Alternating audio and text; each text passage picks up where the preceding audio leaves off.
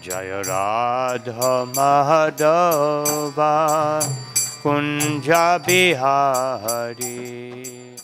Namo Vishnu Padaya Krishna Prasthaya Bhutale Srimate Bhakti Vedanta Swami Niti Namane. Namaste Saraswati Deve Gauravani Pacharine Nirvishesha Shunyavadi Paschatya Deshatharine. Jai Shri Krishna Chaitanya Prabhu Nityananda Shri Advaita Gadadhar Shivashari Gaura Bhaktavinda. Hare Krishna, Krishna Krishna, Hare Hare, Hare Rama, Rama Rama, Hare Hare. So, I was requested to speak something about Prabhupada. So I mentioned something yesterday.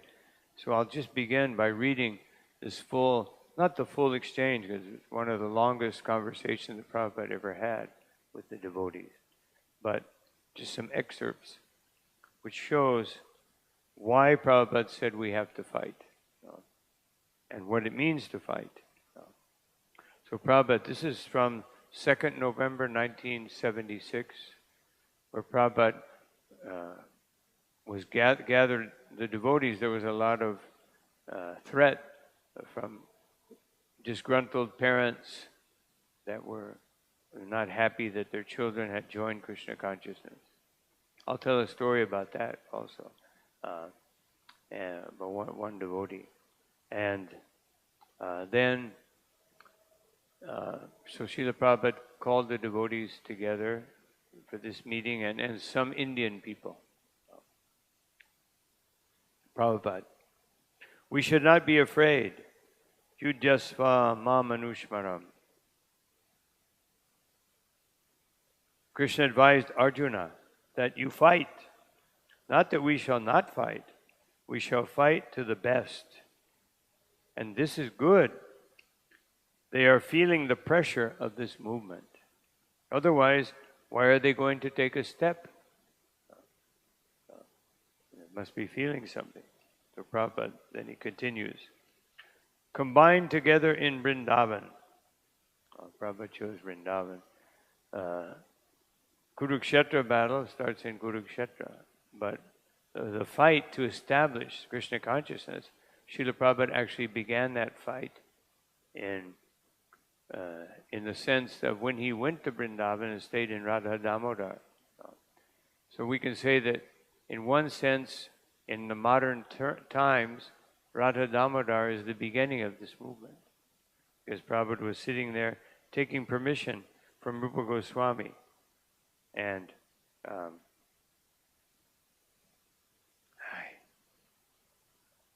sometimes these cell phones.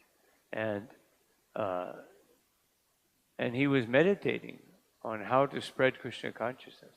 Because that's the actual fight. When Srila Prabhupada arrived in USA, in Boston, he saw the challenge. He said that all of these people, they're in the mode of passion and ignorance. Just like at that time in India, you maybe saw a few ambassador cars. That was it. There was nothing else. And Prabhupada saw all these cars going back and forth, running around. No, he said, this is totally the mode of passion. And but then he said, Krishna, for some reason you have brought me here. So this is the fight that we have with our mind and our senses, and with destiny.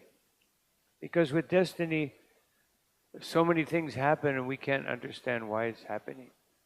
Even Prabhupada, sometimes he couldn't understand. When he was, after he came to New York, he stayed for some time. Nobody came. He was staying with Dr. Misra. And then Dr. Misra became frustrated with Prabhupada because he was attracting all his clients. No? To him, preaching was meaning clients. You get money. No? So he was very frustrated that Prabhupada's attracting. So he said, Swamiji, you can chant, but no speaking. No, you can chant, but don't speak. And so Otherwise, he wanted Prabhupada just to be an instrument, attract the people, and I will tell them all my Mayavad nonsense and get their money. That was the idea. So Srila Prabhupada, he said, we will come together in Vrindavan. Vrindavan he began. Of course, really it began in Calcutta when Bhaktisiddhanta Saraswati Thakur told Prabhupada. Prabhupada said later that this instruction of my spiritual master, I never forgot it.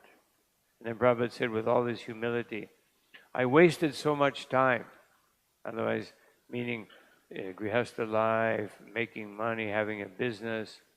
Of course, this was all Krishna's plan. Because most of the people in our movement are grihasthas. How many brahmacharis? You have a few brahmacharis and so many grihasthas here. And this is a very strict, but what to speak of the West, where it's not so strict, and everybody grows up thinking that sex life is the goal of existence. And so Prabhupada gave the example by being a grihastha and being a responsible grihastha. Not like nowadays getting divorced, separating. Prabhupada said about that, just like you have become just like monkeys, jumping from tree to tree. I will have nothing more to do with marriages. No. You figure it out. If you want to be married, you be married. If you don't want, because Prabhupada was very frustrated. And now this is becoming popular in India. India still has much less separation. But now, okay, it's okay. Because they've taken away the spiritual aspect of marriage. Marriage is a promise before the deities, before the spiritual master, that I will serve this husband, I will take care of this wife. No. It's a sacred, it's very sacred. After initiation, after diksha, vivaha, yajna is the most important. Because diksha means birth after birth. But that means the whole lifetime. It's a whole lifetime commitment. So let us come together, Vrindavan. Fight. Without fight, where is life? If there is no fighting, then what is that life? That is dead stone. Fight must be there. Krishna's whole life is fighting from the very birth. His father carried him to Gokula, where he is still living. And he fell down from the Yamuna. And just born, fighting began, just born. And at Yashoda Mai's house, Nanda Maharaj's house, so many demons daily coming. Shakatasura, Aghasura, Bakasura, Putana, so on. Ultimately, Kamsa. When he was a young boy, Vrindavan, so many asuras came. You have seen the pictures. Krishna is fighting with the horse demon, with the bull, fighting. If Krishna is fighting, why not Krishna consciousness? The same thing. You cannot expect peaceful life. It's just like people nowadays, I want peace. No. Even one famous British author, he wrote a poem about meat eating. And he said, this is the cause of war. How can they think they'll be peaceful if they're killing the animals? Now, he was a vegetarian. He was very determined. He had some exposure to India. All this comes from India.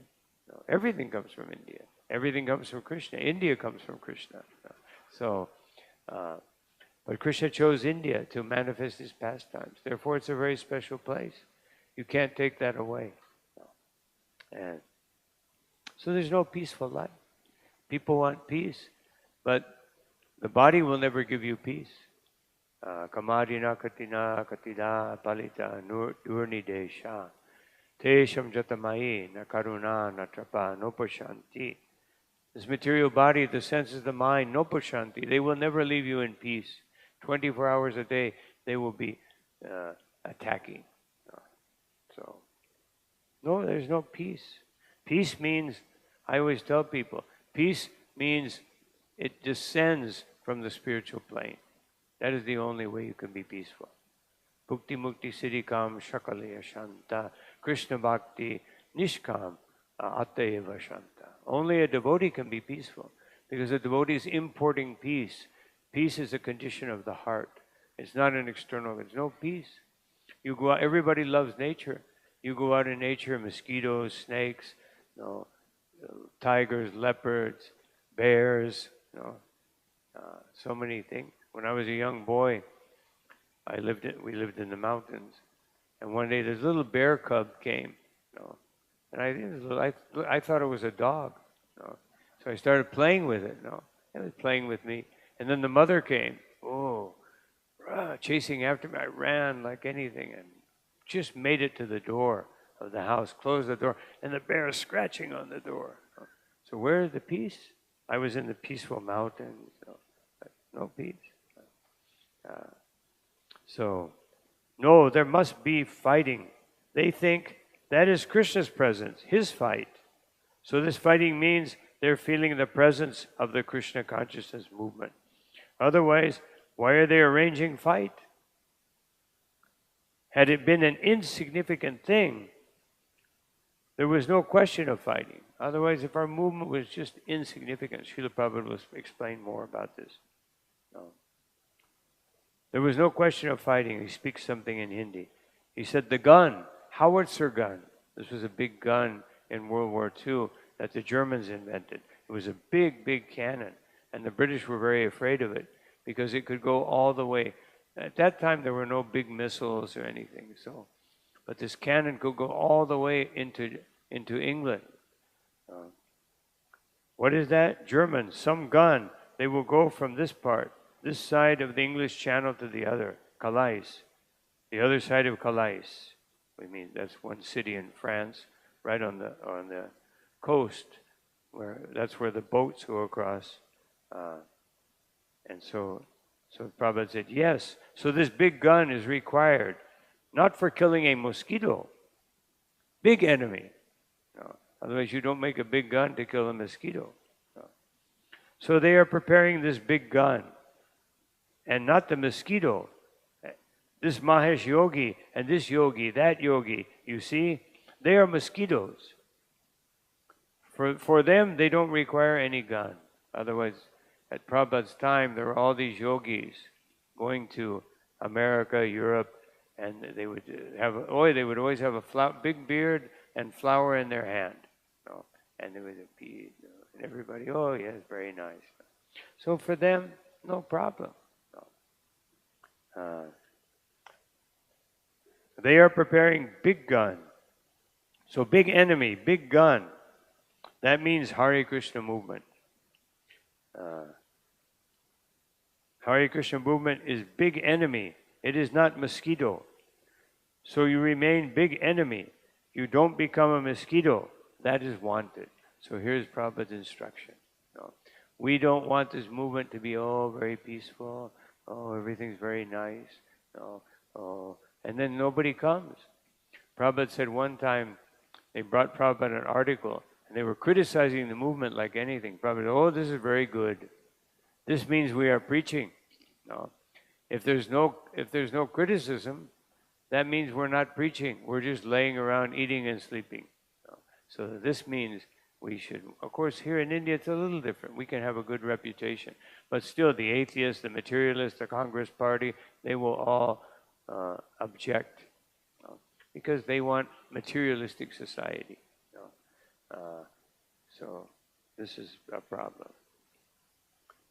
Immediately arrange this meeting here. Call all the Vaishnavas. So Prabhupada was saying, get the Gaudiya Vaishnavas, get the Shriva.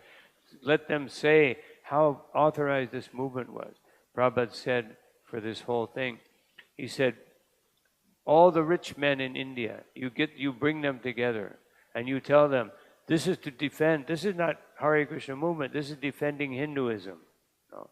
And then one devotee said, but Prabhupada, sometimes they say we're not Hindus. And Prabhupada said, look in the dictionary. It says Krishna, Hindu God. No.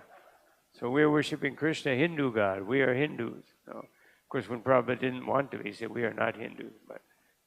But we're included. Vaishnavas are included in Hinduism. Everything is included in his. So then he ends.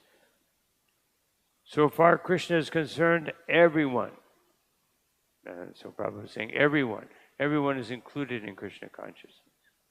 So this was Srila Prabhupada's move. And therefore the Sankirtan movement, that is the fight. Srila Prabhupada, he pushed the Sankirtan movement. Even when Chaitanya Mahaprabhu began the Sankirtan movement, fight. Immediately.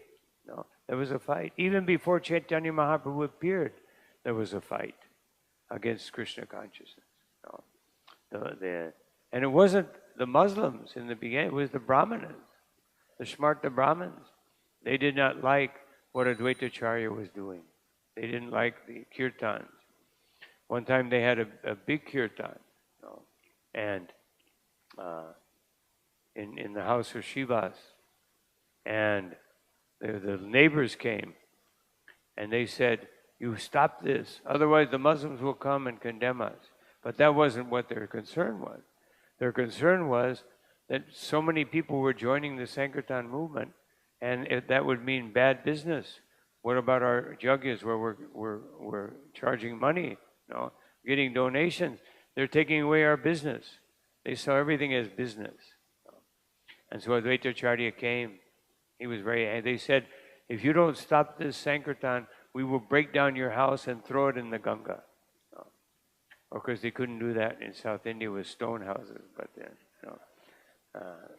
and so then Advaitacharya came, and he said, only the Supreme Lord can do this. So the devotees considered him the Supreme Lord, and they said, you must do this. You are the Supreme Lord. He said, no, only Krishna can do.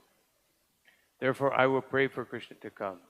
And if he doesn't come, I will take my Sudarshan chakra and I will cut off all their heads. This is Vishnu, likes a good fight. And then he prayed, and Lord Chaitanya came, and immediately they started Sankirtan, and they came and broke the Mridanga, the Kazi. He said, if you do this again, I will punish you. I will break all your Mridanga, I will put you in jail. So they told Chaitanya Mahaprabhu, immediately a fight. And Chaitanya Mahaprabhu organized such a big kirtan. There were only a few hundred devotees, but all of a sudden there were millions of devotees. Where did they come from? They came from spiritual world to attack. They had the mood attack. They said, let us tear up his garden. Let's tear down his house. Let's kill all these atheists. Chaitanya Mahaprabhu was calming them down.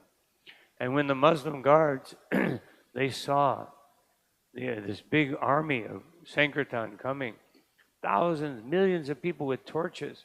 It was lighting up the sky. It looked like daytime. I remember when I was a young boy, I went to Las Vegas, famous gambling place in the U.S. And there were so many lights, it looked like daytime. I was amazed. And after I heard about this Chaitanya Mahaprabhu's march on the house of Chand Kazi, we have it here. And so I remembered that. Yes, it was just like daytime. And so some of the Muslim guards, they covered their beard and they went, Hari Bol, Hari Bol. And I said, I don't want to get killed. No. So, it's like when Nrsimhadev started killing all these soldiers left and right, the rest of the soldiers said, let's go, or let's get, Kshatriyas don't run away. But against Nrsimhadev, yes, you run away. No, that definitely. And devotee doesn't run away. Therefore, Sridhar Swami, he made a verse, I can't remember the verse now, but it says that just like the lioness, when she opens her mouth, all the animals run away in fear. But the cub, the little lion, he feels very safe in the mouth. So that's the same with Lord Nrsimhadev. He appears very ferocious to the atheists, but to the devotees, he is so kind and gentle. They see his big gaping mouth as a big smile, blessing the devotees. So anyway, going back to Srila Prabhupada. So the Sankirtan movement is a challenge to materialistic life.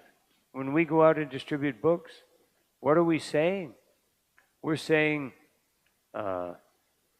everything you're living for, everything you want to enjoy, forget about it. Just like Prabodhananda Saraswati said. He said that, how do you preach? You go to someone, you offer dandavat. And then you say, my dear sir, you are the most intelligent, you are the most capable, you are the wealthiest, you are the most powerful. And then they go, oh yes, go ahead. Continue to speak. I only have one request, anything you want. Just forget about all this and surrender to Sri Chaitanya Mahaprabhu. So that is our preaching. But we're offering the book that tells them everything you're doing is nonsense. Your whole life is a failure. You were in a miserable condition. They're thinking I'm happy. And so this is the fight that this is our fight. Therefore, it's not with guns and knives and arrows. Prabhupada said if that time comes, we're not afraid. We can also do that. A devotee is never afraid. Prabhupada begins this conversation by saying, we are never afraid.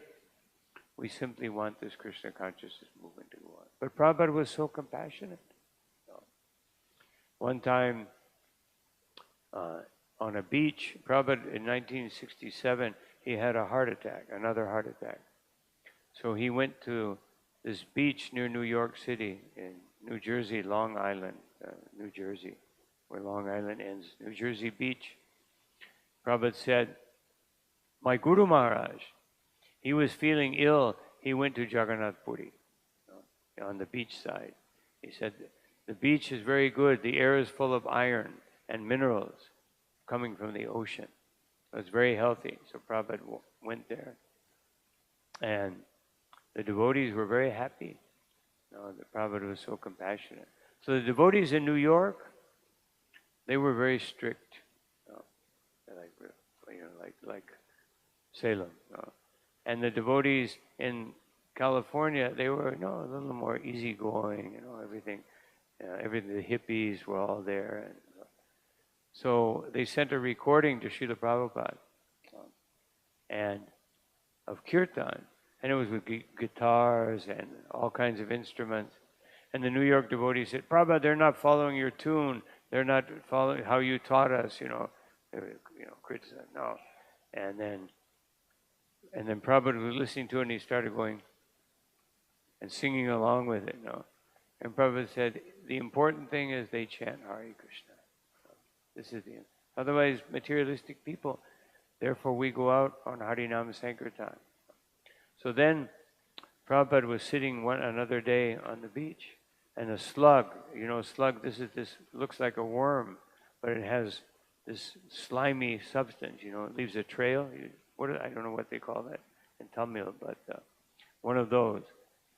And so Govinda Dasi, she saw that, and she went, oh. And Prabhupada saw her face. What? Prabhupada, it's so gross, horrible. And Prabhupada looked, and he said, oh, he is suffering so much. Chant Hare Krishna. She did. Yes, chant. And she went to the slug, Hare Krishna, Krishna Krishna, Hare Hare, Hare Rama. So Prabhupada was feeling compassion for a slug. In another time in Los Angeles, Shrutakirti was there, Shrutakirti Prabhu, and he saw Prabhupada looking there was a flower vase. Prabhupada was looking at this vase for about a minute or two, and he thought maybe Prabhupada thought the flowers were very nice. And he said,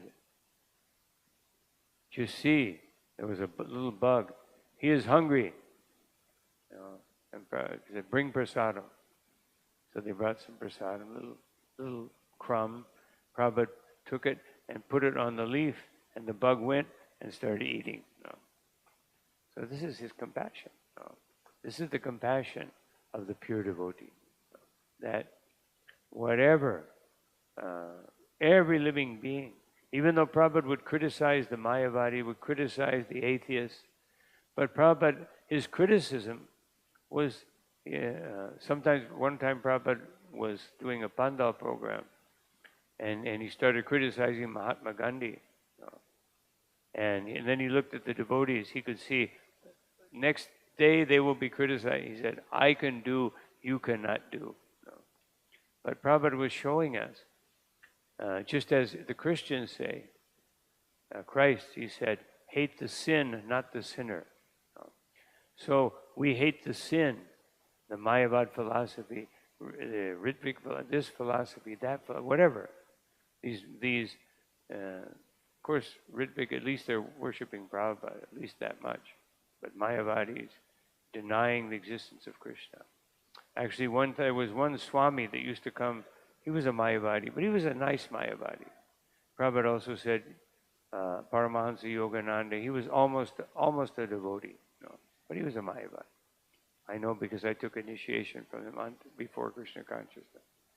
And so this Swami Tilak, he was nice, and he accepted Krishna as supreme, but he had Mayavad contamination. And he would come, and Prabhupada would give him prasadam. Yogi Bhajan would come, Prabhupada would give him prasadam. But if a Mayavadi came and said Krishna did not exist, Prabhupada would smash them. He wouldn't even allow them to speak. Because Prabhupada wanted us to be very convinced that this Krishna consciousness movement can only go on if we understand what the only reality is. And the only reality is Krishna. There is no other reality. So Srila Prabhupada would, but he would feel so much compassion. And that is the root cause of our fight. The root cause of our fight. Even Krishna, he killed so many demons, as Srila Prabhupada says here. But what was the purpose? Every one of them was liberated. Every one of them. At least they got Sayuja Mukti. And Aghasura, he got, and Putana, she was elevated to Goloka Vrindavan. No. She wanted to kill Krishna, and she got elevated. And Aghasura, he was promoted to Vaikuntha. Because Krishna choked him. So the spirit soul was struggling to get out of the body. And the spirit soul was, as he was coming out of the body, Krishna was coming out of the mouth of Aghasura. And the soul saw Krishna. And because he saw Krishna and he saw his beauty, why did Putana become? Because she was appreciating Krishna's beauty. Because she appreciated Krishna's beauty. Of course, previously she was the daughter of Bali Maharaj. And when Vamana Dev came, she thought, oh, he's so beautiful. And because he was a young dwarf, he was young-looking dwarf, she said, I would love to be his mother. But then when he chastised Bali Maharaj, she said, I want to kill him. So therefore, because she wanted to be his mother and kill him, she became Putana. And then, but Putana, because she saw Krishna so beautiful and also so powerful, she was promoted to Goloka. And because Aghasura saw the beauty of Krishna coming out of because he didn't have the same sentiment as Putana. So he was promoted to Vaikuntha. And all the rest of the demons, minimum they got Sayuja Bhakti, Sayuja Mukti. And they were able to, get rid of the three modes of nature were completely eliminated from their lives. So this is Krishna's compassion, even killing demons. And therefore in our fight, sometimes we have to argue, sometimes we have to condemn Mayavad philosophy. But when we see that Mayavadi, we're thinking, let me say Krishna, Krishna. At least they'll hear the name Krishna. Let me say it with all sincerity so it will go into their heart. And that will begin their path to bhakti. Bhavanti Hritkan Rasayana Kata. That as soon as the message of Krishna tam prasangam mama virya samvido. As soon as the message goes into the ear, it will go down to the heart. So that's why Prabhupada said, if you're preaching, the most important thing, my Guru Maharaj said, the most important thing, you say Krishna as many times as possible. Because so many, anybody, Haripad Prabhu knows, you give a lecture, people don't understand anything if it's the first time. Generally, they don't understand. But if you say Krishna enough times, then it will go into their heart. And at some point, that Krishna consciousness will come up. And last thing I'll say, I'll have to conclude because we have to travel. So, Tamal Krishna Maharaj, when he was a bhakta, he asked Srila Prabhupada, Prabhupada, well, it wasn't Prabhupada, Swamiji, what happens if we start this process and we don't finish? He was a very intelligent person. He's thinking, why should I make all this effort, surrender, chant, do all these things, and then I fail, and I've wasted all that time. He was thinking like that. The Prabhupada said, oh, just like a bank account. You put the money in, and it increases. If you take the money out, it decreases. So you just put the money in, even if there's some problem, some failure, the money will be there. Your service will be there. And then when you do more service, it will go there until you go back home, back to him. He said, all right, now I can surrender. So that was Prabhupada's mercy.